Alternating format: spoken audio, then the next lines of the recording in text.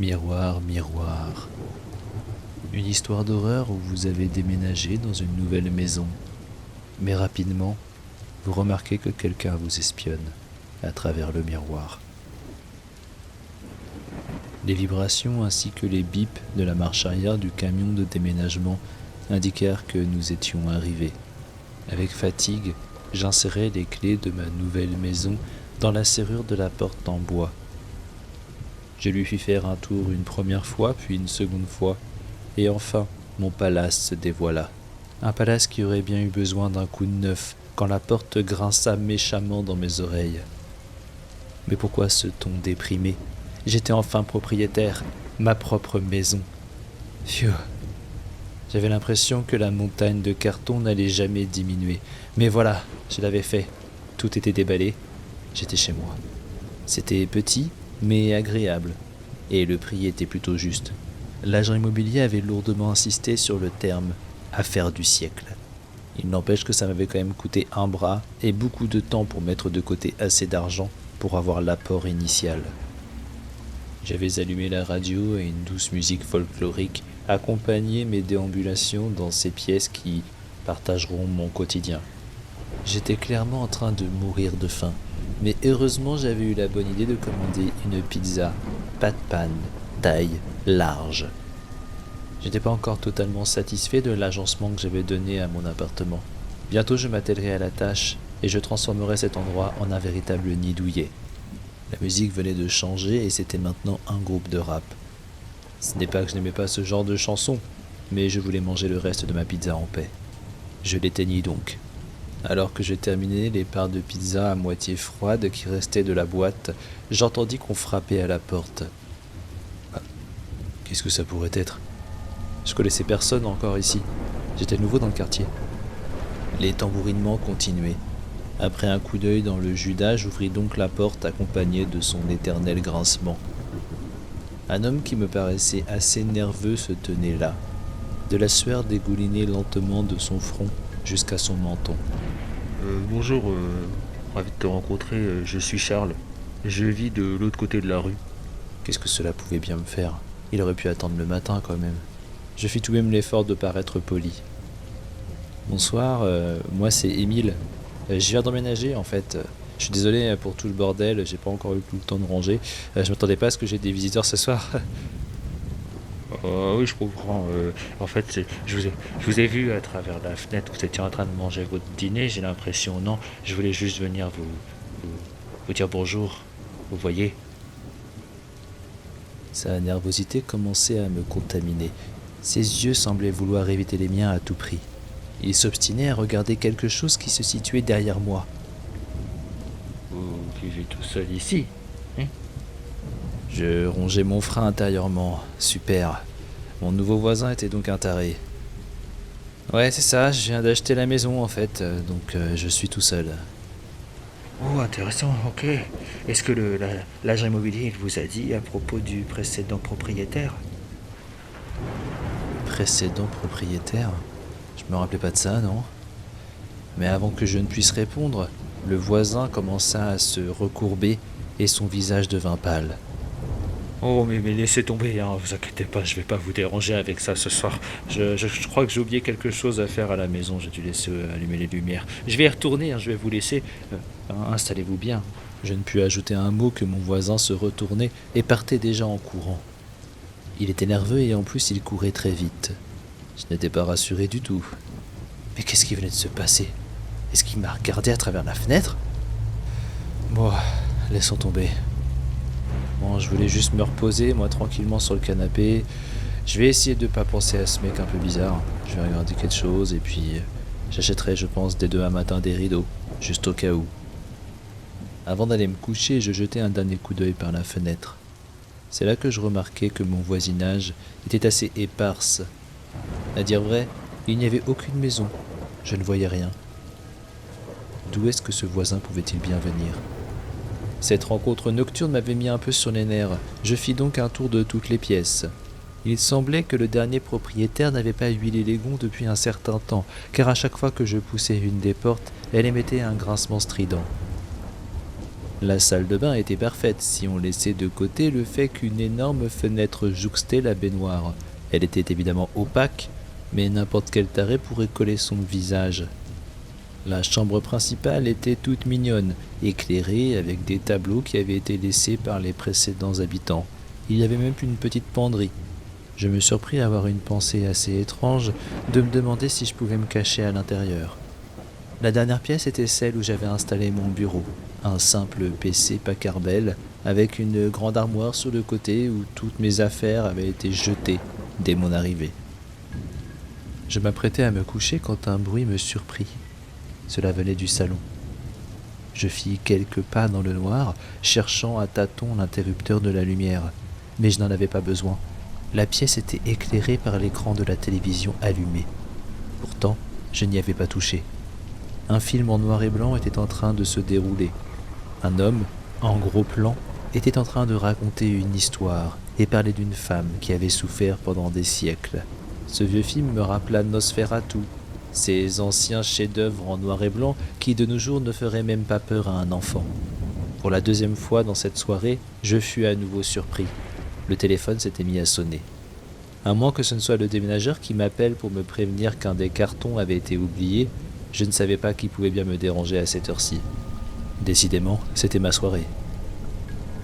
Je fis le chemin inverse jusqu'à mon bureau et vis que mon téléphone était bien en train de sonner. Je pris le combiné et l'approcha de mon oreille. Je dis un timide « allô » et tout d'abord je n'entendis rien à part un souffle. Puis la respiration s'accéléra, elle était saccadée. C'était celle d'un homme. Je voulus demander la raison de cet appel importun, mais la voix me précéda. Et elle dit dans un sifflement qu'elle voulait me voir. J'ai voulu lui dire d'aller se faire voir, mais il avait déjà raccroché. Je pense que demain j'irai voir ce voisin, et même la police. On ira s'expliquer. Ce n'était pas la nouvelle vie que j'avais imaginée quand j'avais emménagé ici. Je déposai le combiné dans son réceptacle et eus la peur de ma vie. La fenêtre juste en face de moi venait de trembler. Le voisin que j'avais vu auparavant venait de s'éclater contre la vitre. Il avait laissé échapper un cri, un râle de douleur. S'il était là, alors ça ne pouvait être lui qui venait de m'appeler. Son corps glissa le long de la fenêtre, puis disparut dans l'obscurité. Mais qu'est-ce qui venait de se passer ? Je n'avais clairement pas intérêt à sortir de l'appartement. Au moins ici, j'étais à l'abri. Peut-être que l'homme au téléphone était son ami et que tous les deux étaient juste des fous, ou alors des pervers, qui s'amusaient à faire peur aux nouveaux voisins. En tout cas, j'étais trop fatigué pour faire quoi que ce soit ce soir. Cela devra attendre demain matin. Je fis le tour de la maison et ferma toutes les portes, verrouilla toutes les fenêtres et me dirigea vers la salle de bain afin de me préparer au coucher. J'ouvris la porte du cabinet et brossa mes dents. Je pensais vaguement à mon ancienne vie et à ce pourquoi j'étais venu ici. En tout cas, cette première impression n'était pas bonne. J'espère que demain et les jours qui suivraient seraient meilleurs. Bref, je reposai ma brosse à dents dans le cabinet et ferma la porte, quand dans le miroir, je vis une ombre. L'ampoule au plafond clignota un instant me plongeant dans le noir, et quand la lumière revint, je fis volte-face, mais l'ombre avait disparu. En revanche, j'entendis un souffle saccadé, similaire à celui que j'avais entendu dans le téléphone. Je devais être trop fatigué, et mon esprit était en train de me jouer des tours. Je pris le gant de toilette et m'assura que l'eau soit bien chaude avant d'éponger mon visage et de le nettoyer de toute cette sueur et de cette anxiété. Cela me prit une bonne minute et la vitre du cabinet était totalement recouverte d'une buée. J'entrepris de la nettoyer quand à nouveau l'ombre fut là. Elle était juste derrière moi. Son bras touchait à peine le mien et son autre main était contre ma hanche. Son visage, que je n'arrivais à distinguer, me regardait. Je cria, et alors que je me retournais, l'ombre avait disparu, et la porte de la salle de bain claqua, me laissant enfermer. Ok, je devais être totalement fatigué. Je voyais des choses qui ne devaient pas être là. Je me traîna jusqu'à mon lit et tira la couette jusqu'à mon menton. Malgré les frayeurs que je venais d'avoir, le sommeil m'attrapa et m'entraîna profondément. Je rêvais. Ou alors, c'est ce que je pensais. J'avais l'impression de sentir quelque chose. J'avais l'impression d'avoir vu quelque chose. Je devais me lever. Je sortis péniblement du sommeil dans lequel j'étais plongé et m'aventura en dehors de la tiédeur de ma couette. Sur le seuil de la porte de ma chambre, une orbe blanche vacillait et volait à hauteur de hanche. Elle émettait un bruit qui était similaire à celui de la télé cathodique qui était dans mon salon. J'étais clairement en train de rêver. Je fis quelques pas dans sa direction et la porte de la salle de bain attenante s'ouvrit. Bizarrement, les grincements n'existaient plus. L'orbe se déplaça et s'arrêta devant le miroir du cabinet. Je me tins devant lui et l'orbe le traversa. Alors que sa lumière disparaissait, l'ampoule au plafond s'alluma et la lumière éclaira mon visage ainsi que son reflet qui n'était plus le mien, mais celui de l'ombre, celle qui m'avait touché, celle qui se jouait de moi depuis mon arrivée.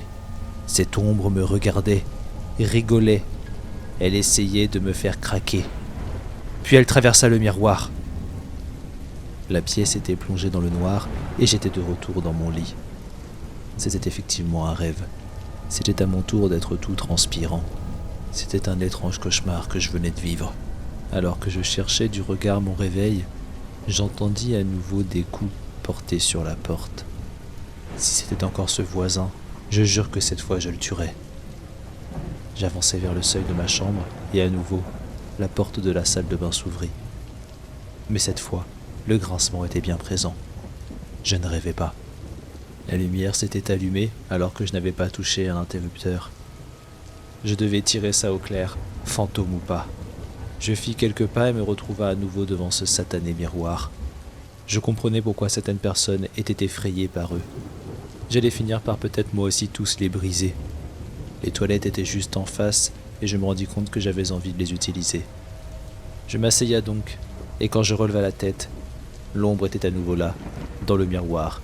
Elle me regardait et rigolait. Alors que je criais, je me relevai et courus vers la porte d'entrée, mais celle-ci était fermée à clé. J'entendis derrière moi le miroir qui se brisait. Je fis volte-face et vis l'ombre d'un homme mesurant plus de 2 mètres qui s'avançait vers moi lentement, tout en chantonnant. J'étais bloqué, aucune issue. Le téléphone était de l'autre côté. La télé était allumée et des grésillements incessants me brouillaient la vue et le cerveau. Alors que la peur arrachait mes cordes vocales, l'ombre qui se tenait devant moi à peine 5 mètres se mit à courir et fonça sur moi. Le noir. Rien que le noir. Mais au fond de ce noir, une lumière. Un rectangle de lumière. Une chanson. Quelqu'un chantait. Ce carré de lumière m'attirait. Je devais aller voir ce que c'était. Je ne savais pas où j'étais. Je fis quelques pas, puis courus, et courus, encore et encore. Le rectangle de lumière paraissait loin, pourtant je courais, à m'en arracher les poumons. Je n'en pouvais plus. Le rectangle de lumière s'approcha enfin, et j'entendis plus nettement la chanson. Je connaissais cette chanson, c'était celle que je chantais. Maintenant que j'étais devant le rectangle de lumière, je voyais une salle de bain. Je voyais une salle de bain et une personne, c'était moi. Je me coiffais, je me brossais les dents, je me lavais le visage. Comment pouvais-je être là et là-bas? Ô miroir, miroir, aide-moi.